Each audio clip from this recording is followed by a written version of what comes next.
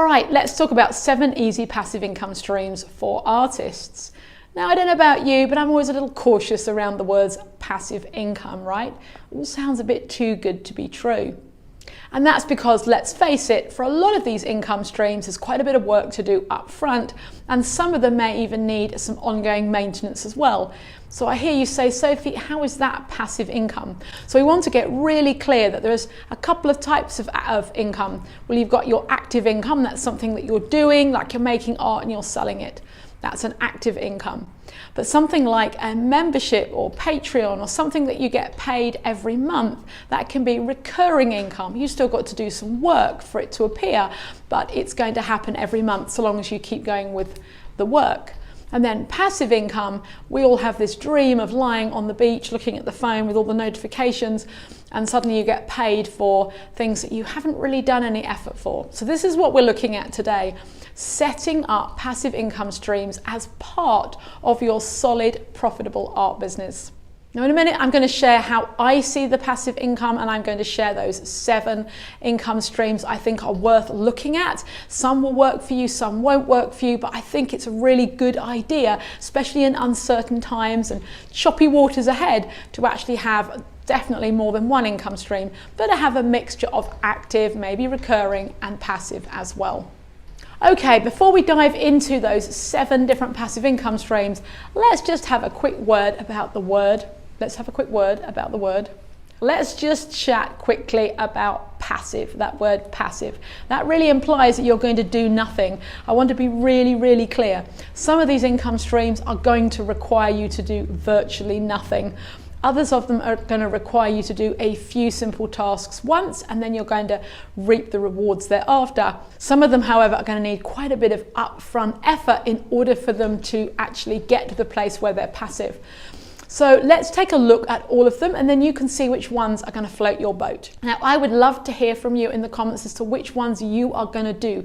So as you listen to these 7, make sure to leave me a comment below and say, Sophie, I really love number 2. I'm going to take action on number 3. I love, and I'm definitely going to take action on number 6.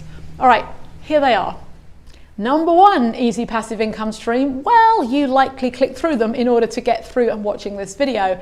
Yes, if you have a YouTube channel, then don't forget that you can get monetized. What does that mean? That means when you hit the criteria that YouTube have for you, that's 4,000 watch hours, it's over 1,000 subscribers, and there's a couple of other criteria as well.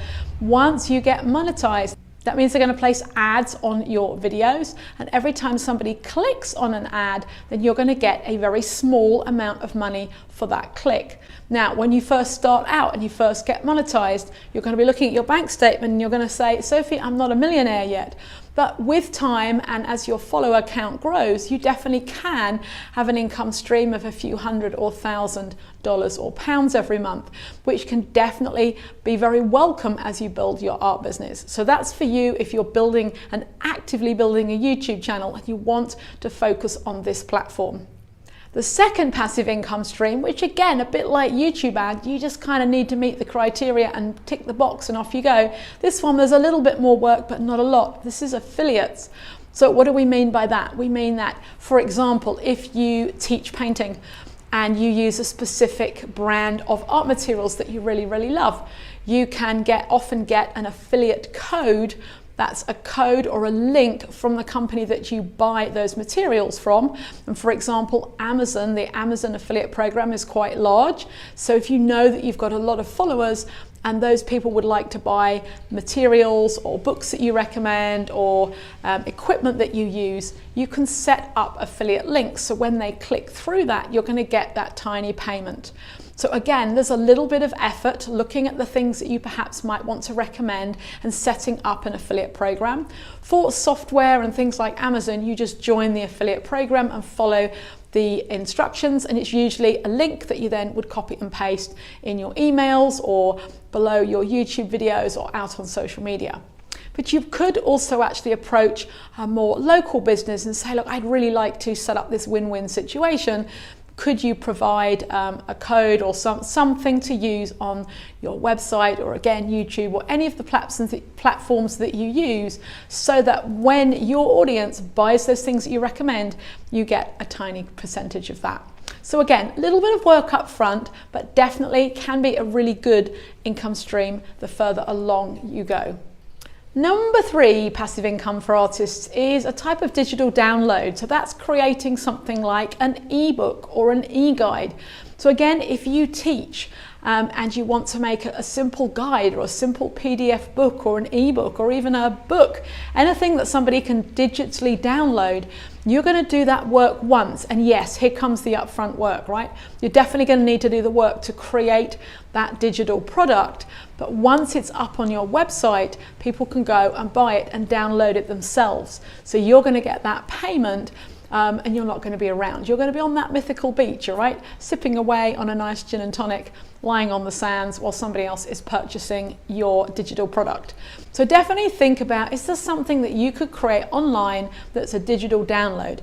Now we know in this world of digital downloads generally, there are a lot of different options. So I only mention e-guides because that's something that I'm familiar and have done in the past. There are myriad ways of creating digital downloads.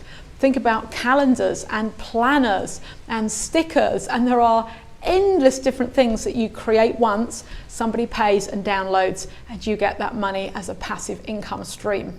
Number 4, of course, is print on demand. Now, there are a lot of artists doing print on demand, some doing it really well, others not so well. So really think about whether this is a good strategy for you. So if you have graphic design skills, or you are more of a designer or a pattern designer, or you create things that are easily translatable in the digital world, it's going to be very easy for you, and you may already have explored. So if you have some artwork already, some illustration or a pattern or something that fits very well to a product, then you should definitely look at print on demand. So you find a suitable third-party company, and then you upload your images, you choose which products you want those images to appear on, and then you set them up on a storefront, either your own or something like Etsy as another third party. Then you can drive your audience to that platform where they then can say, oh, I love that particular illustration and I'd love that today on a duvet cover, on a pillow, on a notebook, on any of the things that you've chosen. Right now, again, it's not going to make you a millionaire overnight, I promise you, but bit by bit it all adds up. Imagine if you have a couple of active income streams and you now have a couple of passive income streams. So when you start to look at how much money you've made at the end of the year, you've got all these different places where the money's come in. And some of them, like I say, you've created that artwork, perhaps you're selling that original artwork, or why not use it for something else as well and create another easy income stream. Number 5 is back to those people who are great at teaching. So that is creating an online class or one-off lesson or an online course. So something that, again, is not going to be an easy, quick thing to create in the first place, but once you've created it and you set up the systems to make it evergreen, that means somebody can buy it all the time, rather than you having to do a live launch, which is a lot of time, energy, and effort. You can actually create that course. It can sit on your website. There's a sales page right there. Somebody can go there, get all the information they need, purchase the course, get sent your email, and their login details, can start and take the course.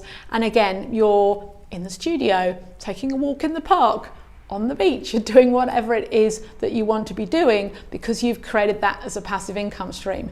Yep. So there is a fair amount of upfront work. This is probably the biggest one. This is the one that's going to take the most of your time. But again, imagine if you had 1, 2, or 3 key courses sitting on a website and you were driving people to that website and they were signing up. That could become quite a good income stream for you. Now, of course, I have some resources for that. Don't forget to see links to other videos on creating online course below this one. So definitely, if you've got that course that you made, I don't know, earlier this year or last year and you've done nothing with it, consider turning it into what we call, as I say, an evergreen. That means it's always open and someone can always buy it. And of course, there's a bit of a marketing strategy that you'll need for that for sure, but it's definitely possible to do and is a great form of passive income once it's all set up. Number 6 is art licensing. So for those of you who are already illustrators or have creative work that you would like to get licensed onto products by third-party companies, then you'll already be familiar with this, and perhaps you're already chasing down some licensing deals. So you've got to create the artwork, but if you're doing that anyway, this is another great income stream. Again, caveat, not going to make you a millionaire overnight, but you never know what company might really love what you're doing and say, hey, we would like to put your images all over next season's bedding, curtains, cushions in, say, a really well-known interior design store. You just don't know, right? So all of these things, as I say, each on their own, probably not going to make you the millions, but together they can definitely add up to a full-time income as an artist. Will you need a bit of work up front? Well, we've already established that a lot of them are going to need some prep work for sure. And last but not least, number 7. I don't know if you've considered this. For those of you who create original artwork, what about leasing that art? All of that art that you have gathered at home or in the studio that's not selling, or you're actively not out there selling it, it's kind of stockpiling. Well, what about actually leasing it? Companies don't always want to buy work, they quite like to lease it because that means every season or so forth they can change and have something new on the walls. So there are places that will do this for you, or you can contact some companies and say, hey, would you be interested in leasing my work? So again, that's going to pay you some money. It's probably going to be more recurring income than passive, but you've created the artwork. So essentially it kind of is passive income. It's a little bit of everything, right? It's passive while it's hanging on somebody's wall and you're getting money for it. It's definitely recurring because, again, like all of them, they're likely going to be coming in every month, this one particularly, and they're active if they say, oh, do you know what, we would like to buy that. So in a way, that's a little bit of jumble of all of them. But I don't know, it's not as popular as it used to be, but I know a couple of people here who do that. You've got to do a little bit of work, of course, to make the contacts and get out there and get your work into the right places. But consider it. If you haven't thought about that and you're sitting on a pile of work, I wish, then that is a really good income stream to consider. If you've loved this video and you really want to find out more ways to make money, and you're saying, Sophie, give me more ways to make money, then check out the video that's currently on the screen, and that's the perfect one to watch next. That's 20 best ways to make money in 2023. Now, if you're watching this after 2023, I reckon that's going to work pretty well as well. So thank you so much for watching, and I'll see you on the next one.